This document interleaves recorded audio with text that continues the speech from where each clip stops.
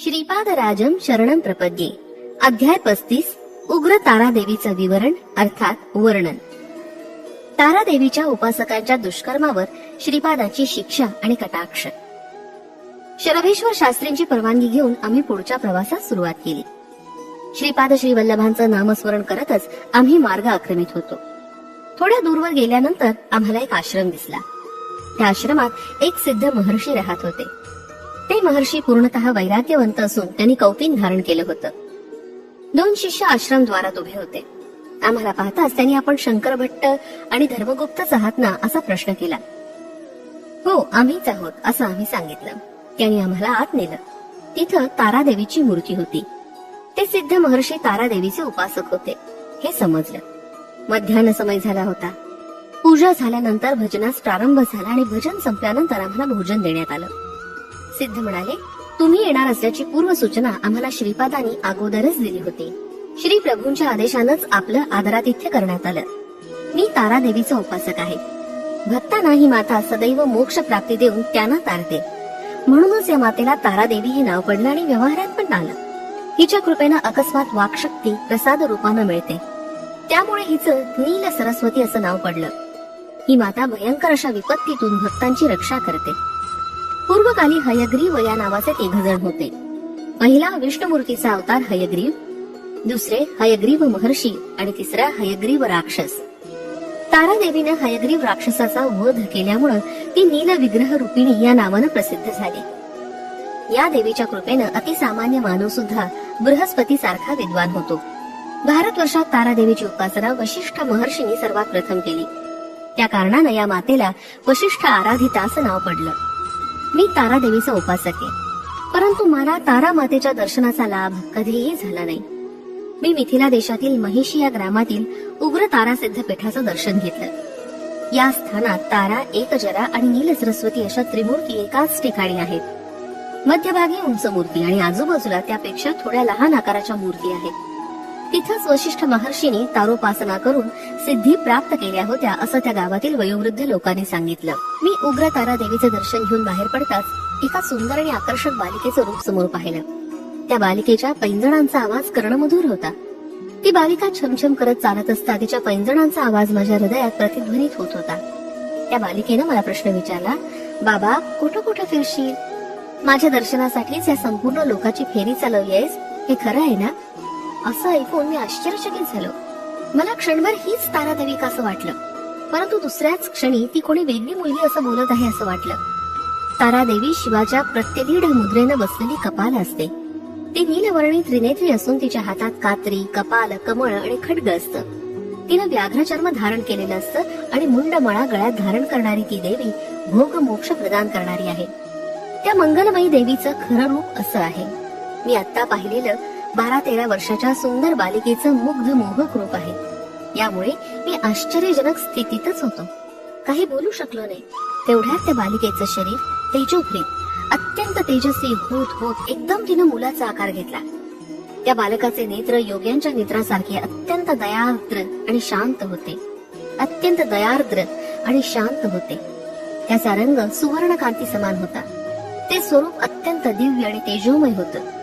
त्या बालकाच्या दोन्ही पायात पैंजण होते. माझ्या पायातील हे पैंजण अत्यंत घट्ट झाले, ते तू काढू शकतोस का? बालकानं मला विचारलं. मी त्याला होकार दिला आणि हळुवारपणे त्याच्या पायातील ते दिव्य पैंजण काढले. तेव्हा तो बालक म्हणाला, हे दोन्ही पैंजण तू तुझ्या जवळच ठेव. यांच्यात जीवशक्ती आहे.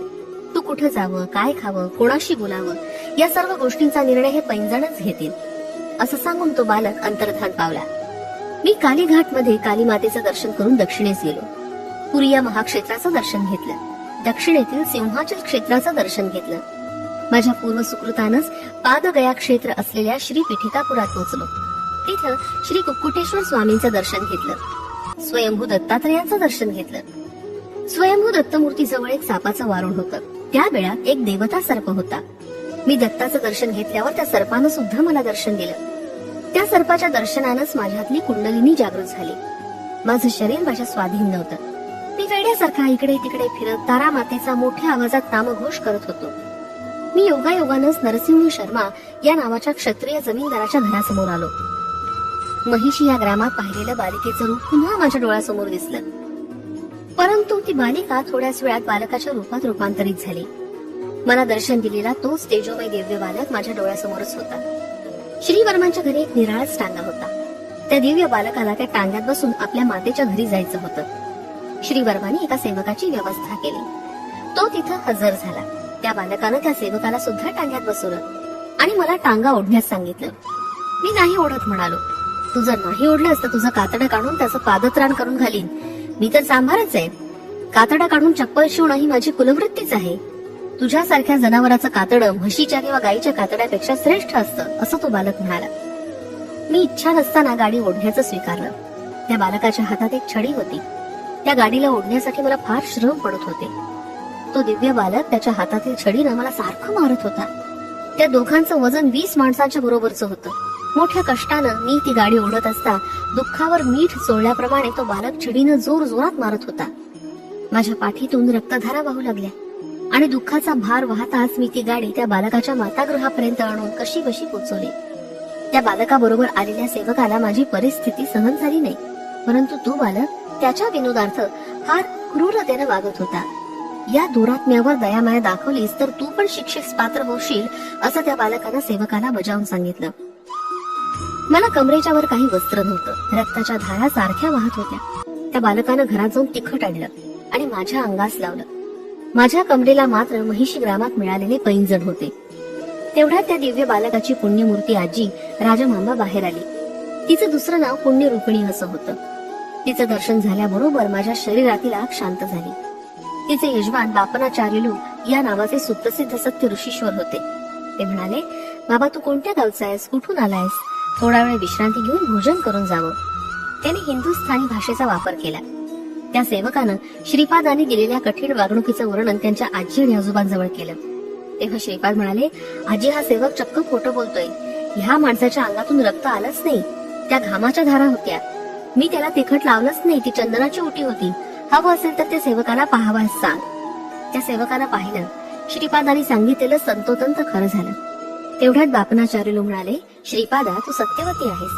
तिथं रक्ताच्या धारा म्हणालास, तिथं रक्ताच्या धारा दिसतील. चंदनाची उटी म्हटलास तर तीच दिसेल. तू जे म्हणशील तिथं तेच दिसतं. म्हणजे तू साक्षात उग्र तारा देवीचं रूप आहेस असंच वाटतं. उग्र तारा देवीच्या अनुग्रहानं वाक सिद्धी प्राप्त होते असं ऐकलं होतं, पण साक्षात समोरच पाहिलं. उग्र तारा देवीप्रमाणे तू केवळ संकल्प मात्रानंच कोणत्याही वस्तूंचा स्वभाव धर्म बदलू शकतोस. तुझा लीला विनोद आता थांबवून त्या अभाग्यावर करुणा कटाक्ष कर. त्यावेळी श्रीपाद म्हणाले, आजोबा आपण जास्तच बोलला. मी संकल्प करेन आणि तो संकल्प लगेच फलीभूत होईल असं म्हणालात. हे कुठपर्यंत खरं आहे का खोटं? निर्णय शास्त्रांच्या सहाय्यानेच घेता येईल. असो, हा आगंतुक एक सद्ब्राह्मण आहे, उग्र तारा देवीचा उपासक आहे, हे सगळं ठीकच आहे. पण यानं संन्यास दीक्षा आपल्या गुरूंच्या अनुमतीनं न घेता त्याला जसं योग्य वाटेल त्याप्रमाणेच त्यांनी संन्यास घेतला. याच्या पित्यानं अनेक कष्ट सहन करून याचं लालन पालन करून याला मोठं केलं. याच्या मातेला गर्भावस्थेत फार कष्ट सहन करावे लागले.